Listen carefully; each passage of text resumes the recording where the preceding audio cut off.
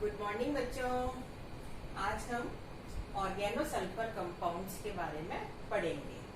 Oregano sulphur compounds means carbon sulphur यौगिक क्या होते हैं, इनकी क्या जनरल स्ट्रक्चरल फीचर्स होते हैं, राइट। यहाँ पर हम जब ऑर्गेनो सल्फर कंपाउंड्स की बात करते हैं तो उसका कंपैरिजन हमेशा हम ऑक्सीजन कंटेनिंग कंपाउंड्स के साथ करते हैं। ठीक है, फर्स्ट जो इसका फीचर है वो क्या है, सल्फर और ऑक्सीजन आवर्त सारणी में एक ही वर्ग 16A के सदस्य होते हैं। आवर्त सारणी में ऑक्सीजन सेकेंड आवर्त में और सल्फर थर्ड आवर्त में उपस्थित होता है। ठीक है, पीरियोडिक टेबल के अंदर सल्फर और ऑक्सीजन दोनों ही 16A ग्रुप के अंदर आते हैं और उसमें ऑक्सीजन जो है वो द्वितीय आवर्त में उपस्थित होता है और सल्फर तृतीय आवर्त में उपस्थित होता है, जैसा कि आप सभी बच्चे जानते हैं। फिर इसका सेकंड जो फीचर है वो क्या है, सल्फर और ऑक्सीजन के बाह्यतम कक्षक का इलेक्ट्रॉनिक विन्यास समान होता है। ठीक है, यहाँ पर ऑक्सीजन और सल्फर उनका जो आउटर इलेक्ट्रॉनिक कन्फिगरेशन होता है वो एक जैसा होता है, जैसा कि हमने यहाँ पर बता रखा है। ऑक्सीजन का एटॉमिक नंबर क्या होता है, परमाणु क्रमांक 8 होता है। ठीक है, जब हम इसका इलेक्ट्रॉनिक कन्फिगरेशन लिखते हैं तो ये क्या होता है, 1s2 2s2 2p4। ठीक है, अब यदि हम सल्फर का देखते हैं, सल्फर का परमाणु क्रमांक क्या होता है, 16 होता है। और जब इसका हम इलेक्ट्रॉनिक कन्फिगरेशन लिखते हैं तो ये क्या है, 1s2 2s2 2p6 3s2 3p4 3d0। कहने का मतलब ये है कि इनका जो आउटर जो शेल है उसके अंदर चार इलेक्ट्रॉन प्रेजेंट होते हैं, 2p4 एंड 3p4, राइट। फिर हम देखते हैं इसका तीसरा फीचर क्या होता है, सल्फर परमाणु ऑक्सीजन परमाणु के समान ही द्विसंयोजी होता है। ठीक है, ये हम जानते हैं कि ऑक्सीजन की जो संयोजकता है वो 2 होती है और सल्फर की संयोजकता भी 2 ही होती है। अतः सल्फर परमाणु द्वारा ऑक्सीजन परमाणु को प्रतिस्थापित कर ऑक्सीजन यौगिकों के समान ही निम्न प्रकार के सल्फर यौगिक बनाए जा सकते हैं। ठीक है, ये इसके अंदर समानता होती है जिसके कारण से ऑक्सीजन परमाणु को हम रिप्लेस कर देते हैं सल्फर जो है वो कंपाउंड्स के द्वारा, और ये हमने कुछ जो है वो एग्जाम्पल दे रखे हैं। अब फर्स्ट एग्जाम्पल अपना क्या है, एल्कोहल। एल्कोहल क्या है, ROH। ठीक है ना, अब इसका जब इसके ऑक्सीजन का जब सल्फर द्वारा सब्स्टिट्यूशन होता है तो हमें थायो एल्कोहल्स मिलते हैं, RSH। ठीक है, और सेकंड जो है हमने बता रखा है कि ROR क्या है आपका, ईथर। ठीक है, जब इसके ऑक्सीजन का सल्फर द्वारा प्रतिस्थापन होता है तो हमको थायो ईथर्स मिलते हैं और ये है आपके RSR। समझ में आया। अब यदि हम आगे इसकी बात करें कि इसका और क्या इसके जो है फीचर्स होते हैं तो हम ये देखते हैं कि सह संयोजकता का विस्तार। ठीक है, ये कैसे पॉसिबल है, सल्फर परमाणु 8 संयोजी इलेक्ट्रॉनों से अधिक इलेक्ट्रॉन समाहित कर सकता है, क्योंकि इसमें संयोजी कक्ष कोश में 3D कक्षक पूरी तरह से रिक्त होते हैं जो अपेक्षाकृत निम्न ऊर्जा स्तर के होते हैं। S और P कक्षक के इलेक्ट्रॉन उत्तेजित अवस्था में उत्तेजित होकर 3D कक्षक में चले जाते हैं और इस प्रकार से 4 या 6 अयुग्मित इलेक्ट्रॉन या अनपेयर्ड इलेक्ट्रॉन्स हो जाते हैं जो बंध बनाने में भाग लेते हैं, और इस प्रकार सल्फर की संयोजकता का विस्तार हो जाता है और वह निम्न प्रकार के यौगिक बनाता है जिसमें सल्फर की संयोजकता 2 से अधिक 4 या 6 होती है। समझ में आ गया? यहाँ पर सल्फर की जो है वो सहसंयोजकता के अंदर विस्तार को बताया गया है, और यहाँ पर इनके ये जो कंपाउंड्स हमने बता रखे हैं, इसमें सल्फर की जो वैलेंसी है वो 4 या 6 तक पॉसिबल होती है। कौन कौन से हमने एग्जाम्पल ले रखे हैं? पहला एग्जाम्पल है सल्फोक्साइड। सल्फोक्साइड का फॉर्मूला है RS डबल बॉन्ड OR। ठीक है, यहाँ पर जो है सल्फर की संयोजकता 6 है। ठीक है, दूसरा हमने एग्जाम्पल ले रखा है सल्फोन। सल्फोन का क्या फॉर्मूला है? RS double bond O double bond OR। ठीक है, फिर तीसरा हमने एग्जाम्पल ले रखा है सल्फिनिक एसिड। सल्फिनिक एसिड का क्या फॉर्मूला है? RS double bond O OH। ठीक है, और हमने लास्ट एग्जाम्पल ले रखा है वो है सल्फोनिक एसिड। सल्फोनिक एसिड क्या है? RS double bond O double bond OH। ठीक है, इन चारों एग्जाम्पल के अंदर हमको ये देखने को मिलता है कि यहाँ पर जो सल्फर है उसकी संयोजकता 2 से बढ़कर 4 और 6 हो गई है। इसीलिए हम इसमें ये कहते हैं कि यहाँ पर सल्फर की सहसंयोजकता का विस्तार हो गया है, यानी उसका जो कोवेलेंसी है वो बढ़ गई है। समझ में आया? अब यदि हम आगे चले कि और इसके क्या क्या जो है वो कैरेक्टर होते हैं, तो हम ये कह सकते हैं कि वह यौगिक जिसमें कार्बन सल्फर बंध उपस्थित होता है वे कार्ब सल्फर यौगिक कहलाते हैं। ठीक है, इन सिंपल वर्ड्स क्या होते हैं आपके ऑर्गेनो सल्फर कंपाउंड्स या कार्ब सल्फर कंपाउंड, जैसा कि इसका नाम है, ऐसे यौगिक जिनके अंदर कार्बन और सल्फर बंध उपस्थित होता है वो है कार्ब सल्फर यौगिक या ऑर्गेनो सल्फर कंपाउंड्स कहलाते हैं। ठीक है, फिर आवर्त सारणी में एक ही वर्ग में उपस्थित होने के कारण कार्ब सल्फर यौगिक ऑक्सीजन यौगिक के साथ समानता प्रदर्शित करते हैं। ठीक है, दोनों एक ही ग्रुप के अंदर प्रेजेंट होते हैं, ऑक्सीजन और सल्फर। इस कारण से इनकी जो प्रॉपर्टीज है उनमें काफी सिमिलरिटी या समानता पाई जाती है। लेकिन कार्ब सल्फर यौगिक ऑक्सीजन यौगिकों से भिन्नता भी प्रदर्शित करते हैं। ठीक है, सिमिलरिटीज के साथ साथ उसके अंदर कुछ कुछ जो है वो डिफरेंस भी प्रेजेंट होता है, और उस डिफरेंस को हम कैसे बताते हैं, क्यों होता है डिफरेंस? पहला इसका पॉइंट है ऑक्सीजन की तुलना में सल्फर आकार में बड़ा होता है। ठीक है, हम ये जानते हैं कि सल्फर का जो आकार है वो ऑक्सीजन की कंपैरिजन में बड़ा होता है और अधिक ध्रुवणता प्रदर्शित करता है, यानी उसकी जो पोलराइजिंग जो कैपेसिटी है सल्फर की वो ऑक्सीजन से अधिक होती है। ठीक है, दूसरा पॉइंट क्या है कि सल्फर की विद्युत ऋणता कम होती है।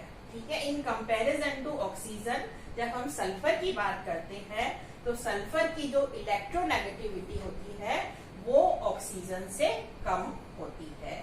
और तीसरा पॉइंट है सल्फर के संयोजी कोश में 3D कक्षक रिक्त होते हैं जो बंध बनाने में प्रयुक्त किए जाते हैं। ठीक है, यहाँ पर सल्फर की यदि हम बात करते हैं तो उसके अंदर जो वैलेंस शेल होते हैं उसके अंदर 3D ऑर्बिटल्स जो है वो एम्प्टी होते हैं।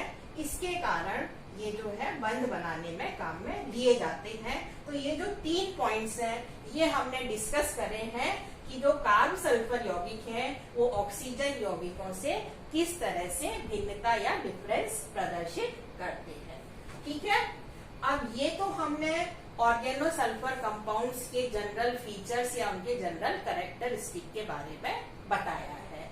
अब हम जो है पर्टिकुलर कंपाउंड की बात करते हैं जिसकी कि हमको डिटेल स्टडी करनी है, और वो कंपाउंड क्या है? थायोल।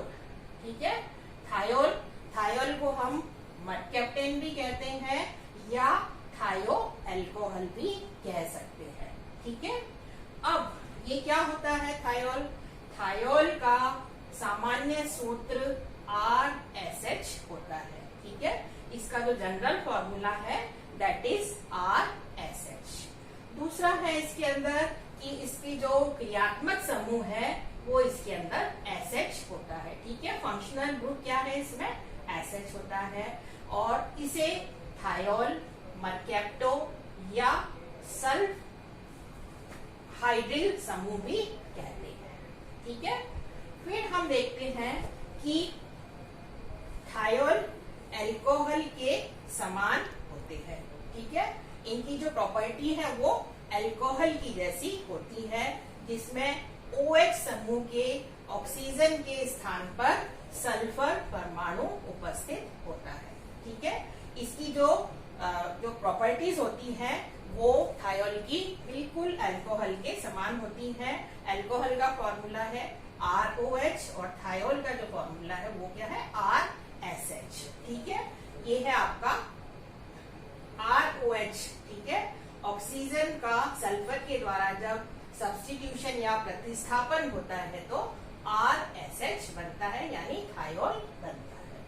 ठीक है, अब यदि हम नेक्स्ट बात करें कि थायोल्स क्या होते हैं, थायोल को मर्कैप्टेन, ठीक है, हम ऊपर भी बार बार ये बात कर चुके हैं कि हम इनको मर्कैप्टेन भी कहते हैं। मर्कैप्टेन का मतलब है मरकरी पकड़ने वाला। ठीक है, इसलिए इसका नाम हम मर्कैप्टेन देते हैं क्योंकि यह मरकरी आयन से अभिक्रिया करके स्थायी धात्विक व्युत्पन्न या मेटेलिक डेरिवेटिव बनाता है, इसलिए हम इसको मर्कैप्टेन का नाम भी देते हैं। ये हमने इस रिएक्शन के अंदर बता रखा है। रिएक्शन हमने ले रखी है CH3CH2SH। ठीक है, इसके 2 मोल यदि हम लेते हैं और इसकी जब रिएक्शन मरकरी से कराई जाती है Hg+2 से, तो हमको जो है CH3CH2S HgSCH2CH3 मिलता है और यहाँ पर जो है वो हाइड्रोजन जो आयन है वो निकल जाते हैं। ठीक है, और ये क्या है, इसने मरकरी को पकड़ लिया है। आपने देखा इस रिएक्शन के अंदर जो मरकरी है वो दोनों सल्फर के बीच में आ गया, यानी मरकरी को इसने कैद कर लिया है, इसलिए हम इसका नाम मर्कैप्टेन भी देते हैं। ठीक है बच्चों, तो ये तो हुआ कि थायोल्स क्या होते हैं। अब यदि हम थायोल्स के नोमेनक्लेचर की बात करें, उसका नामकरण कैसे किया जाता है, तो आप सभी लोग जानते हैं कि हम केमिस्ट्री के अंदर जो नोमेनक्लेचर है उसके अंदर IUPAC पद्धति को काम में लेती है। जब IUPAC पद्धति की बात करते हैं तो इस पद्धति में जो संगत एल्केन के नाम के बाद में जो है अनुलग्न, अनुलग्न का मतलब है सफिक्स, थायोल लिखा जाता है। ठीक है, कोई भी एल्केन है उसके आगे जो सफिक्स है वो हम थायोल लिखते हैं। और यदि हम जनरल इसकी बात करें कि जो है सामान्य नामकरण पद्धति में इसको कैसे नाम दिया जाता है, तो इस पद्धति के अनुसार थायोल को एल्काइल के बाद मर्कैप्टेन शब्द से लिखा जाता है या मर्कैप्टेन शब्द की संज्ञा दी जाती है। ठीक है, ये इसका जनरल या कॉमन नेम होता है।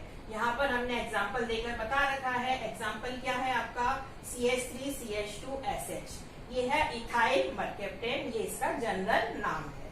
दूसरा हमने एग्जाम्पल ले रखा है CH3CH2CH2CH2SH, ये क्या है ब्यूटाइल मर्कैप्टेन। ठीक है, तो ये आपका क्या है जनरल नोमेनक्लेचर के द्वारा हम इसको ब्यूटाइल मर्कैप्टेन का नाम देते हैं। तो ये तो हो गया नोमेनक्लेचर ऑफ थायोल्स। अब यदि हम देखें कि इनकी फिजिकल प्रॉपर्टी क्या होती है, तो थायोल्स की जब हम बात करते हैं इसके जो भौतिक गुण क्या है, पहला जो है वो थायोल्स कलरलेस जो है आपके वॉलेटाइल लिक्विड होते हैं, रंगहीन वाष्पशील द्रव होते हैं। दूसरा, इनका जो मॉलिक्यूलर वेट है वो बहुत कम होता है, कम अणुभार वाले आयनिक बंध देते हैं। ठीक है, तीसरा जो इसकी कैरेक्टरिस्टिक है, जो इसकी फिजिकल प्रॉपर्टी है वो क्या है, थोड़ी मात्रा प्रकृति के गैस के साथ मिलाने पर गैस पाइप में होने वाले रिसाव का पता लगाने के लिए भी थायोल्स को काम में लिया जाता है। ठीक है, यदि आपने जो रसोई गैस होती है उसके अंदर कहीं पर जो है लीकेज हो जाता है, तो इसको जो है नेचुरल गैस के साथ मिला करके जो कहीं जहां पर भी जो लीकेज है उसका भी पता इस थायोल से लगा सकते हैं। ठीक है, फिर है आता है इसका बॉइलिंग पॉइंट। यहाँ पर हम कह रहे हैं कि ये जो है वो वॉलेटाइल लिक्विड होते हैं, तो इसके बॉइलिंग पॉइंट की यदि हम बात करें तो सल्फर की विद्युत ऋणता ऑक्सीजन से कम होती है। ठीक है, ये हम लोग सभी जानते हैं कि sulphur is less electronegative than oxygen. ठीक है, तो इस कारण से क्या होता है कि इस तरह के जो कंपाउंड्स है उनके अंदर हाइड्रोजन बॉन्डिंग वीक होती है। ठीक है ना, H बॉन्डिंग अल्कोहल से कम होती है, इसलिए थायोल्स अणुओं में कम संगुणन पाया जाता है। यानी इनके अंदर जो एसोसिएशन की प्रॉपर्टी है वो इन कंपैरिजन टू अल्कोहल्स कम होती है, क्योंकि अल्कोहल के अंदर हाइड्रोजन बॉन्डिंग जो है वो स्ट्रॉन्ग होती है। ठीक है, फिर यदि हम सॉल्युबिलिटी की बात करें, थायोल्स की सॉल्युबिलिटी की बात करते हैं, तो अल्कोहल की तुलना में जल के ये जल में कम विलय होते हैं। ठीक है, जब हम थायोल्स की सॉल्युबिलिटी की बात करते हैं तो ये इनकी जो सॉल्युबिलिटी होती है वो पानी के अंदर कम होती है इन कंपैरिजन टू अल्कोहल्स, और इसका जो कारण है वो भी क्या है, हाइड्रोजन बॉन्डिंग। तो इसके अंदर जो है हाइड्रोजन बॉन्डिंग नहीं होती है, इस कारण से इनकी जो सॉल्युबिलिटी है वो पानी के अंदर कम होती है, क्योंकि अल्कोहल जो है वो हाइड्रोजन बंध बनाते हैं और पानी के साथ जो है उनकी हाइड्रोजन बॉन्डिंग बंद होती है, इस कारण से वो जल में विलय होते हैं। और ये जो है थायोल्स या जो सल्फर कंपाउंड्स होते हैं वो जल के अंदर विलय नहीं होते हैं। ठीक है बच्चों, तो ये तो हमने आज आपको ऑर्गेनो सल्फर कंपाउंड्स की क्या क्या फीचर्स होते हैं, क्या उसकी प्रॉपर्टीज होती है, और जो थायोल्स हैं उनके बारे में हमने बताया है। थायोल्स की जो है किस तरह से हम उसका नोमेनक्लेचर करते हैं, क्या उसकी फिजिकल प्रॉपर्टी होती है। तो ये अब आगे जो है हम इसकी जो है क्या क्या इसकी केमिकल रिएक्शंस होती हैं, क्या क्या इसकी प्रॉपर्टीज होती हैं, इसके बारे में हम नेक्स्ट क्लास के अंदर पढ़ेंगे। थैंक यू वेरी मच बच्चों।